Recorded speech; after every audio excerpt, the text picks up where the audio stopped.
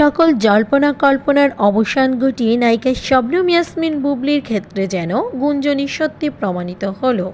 বেশ কিছু মাস যাবৎ গুঞ্জন রটেছিল যে নায়িকা শবনম ইয়াসমিন বুবলির গর্ভে সন্তান এসেছে। তিনি যতবার সাংবাদিকদের সামনে মুখোমুখি হয়েছিল প্রতিবারই তিনি সাংবাদিকদের মিথ্যা প্রমাণিত করেছে।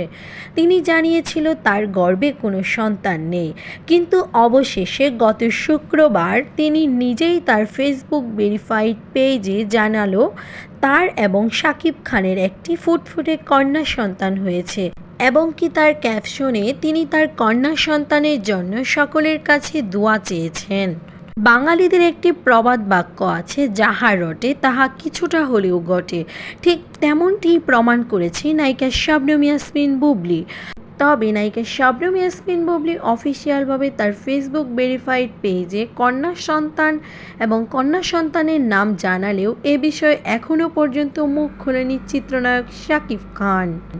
গত 11 মে 2026 বুবলি এবং শাকিবের কন্যা সন্তান জন্মগ্রহণ করে, যার নাম রাখা হয়েছে শার্লিন খান।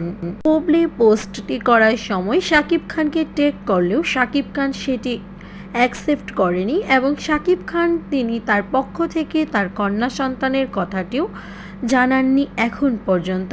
তাহলে যেমনটি ঘটেছে বীর এবং জয়ের ক্ষেত্রে, এবার কি শার্লিনের ক্ষেত্রেও এমনটি ঘটতে যাচ্ছে নাকি কোনো চমক অপেক্ষা করছে? দেখতে থাকি সামনের দিনগুলো কি হয় শাকিব এবং বুবলি এবং অপু বিশ্বাসের জীবনে।